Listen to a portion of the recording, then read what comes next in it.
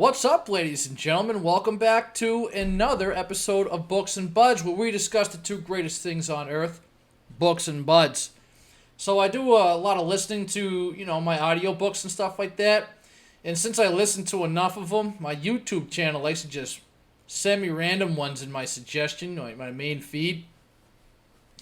So a couple weeks ago, it sent me The Art of Deception by Nora Roberts. And it's like, you know what? I have a lot of romantic tension between some of my characters and a lot of the stories that I write myself.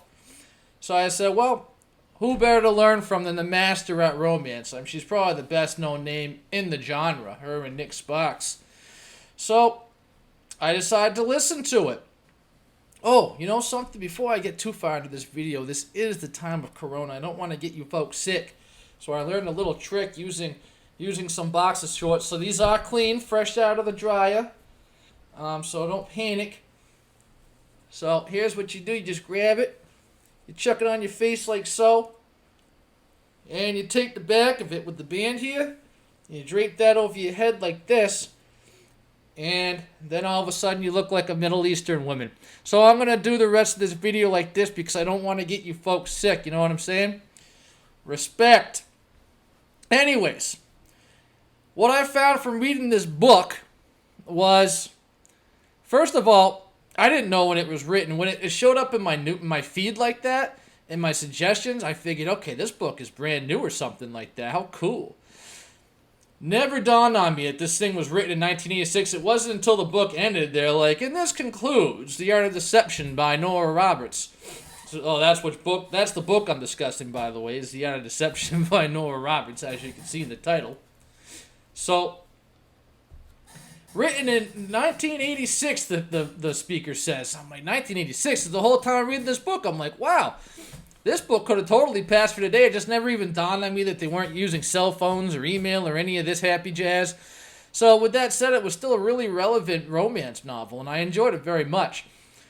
So basically, it's kind of a clever title, The Art of Deception, because it involves an art dealer and his daughter. The main character is his daughter, basically, Kirby, and the love interest, Adam, who is also an artist. So he comes into this mansion with the intention of finding out what's going on with this counterfeit Rembrandt.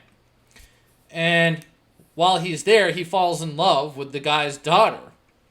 So he's kind of incognito.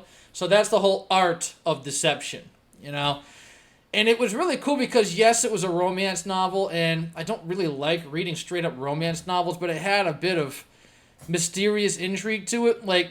So it was kind of a murder mystery, like a whodunit, but there was no murders. There was 2 attempted murders. Both attempted murders were on the main character, Kirby.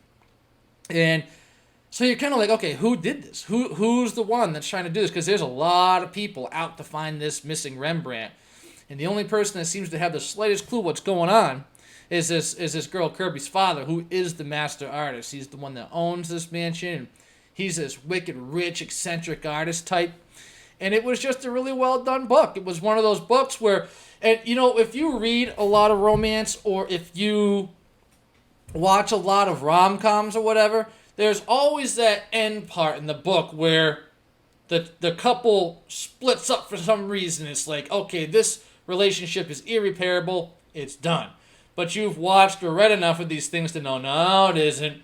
That's just pretty much the bridge, that separates the beginning portion of the book to the end of the book.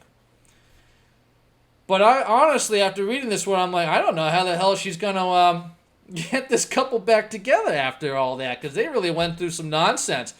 Like, if I was the female character, I probably wouldn't have taken this Yahoo back. But, he's one of these strong, confident types, and he wouldn't take no for an answer, and he figured it out. But it was still kind of cool because I was left going, I know they're going to get together. This is your typical romance. There's an outline to these things. But I'm like, I don't know how the hell she's going to pull this off. But Nora Roberts did. So I'm going to read more by her. So I'm busy as hell. I got a lot of work to do. I just wanted to slap together a quick video for you folks. Hopefully you don't laugh too much at this. I decided to wear these camouflage ones so you can't see how silly I look too well. Hopefully I blend in with my background. Yeah, I just don't want to look like too much of a joker here. But that's pretty much it for this one. Guys, don't forget to hit subscribe. Don't forget to click the like button. and leave a comment. If there's a book that you want me to read, freaking point it out. I'll see if I can get to it. If you're an indie author, point out some of your books too, and I'll see if I can get to them. I don't read a lot of indie because I got a ton of friends in the indie book, and I'm constantly trying to read theirs, so I don't pick up a lot of new indies. I try to keep up with my friends as it is, but recommend them, guys. So that concludes this quick episode because I got a lot to do. But thank you for tuning in, guys. You could have clicked on any book review channel. You chose this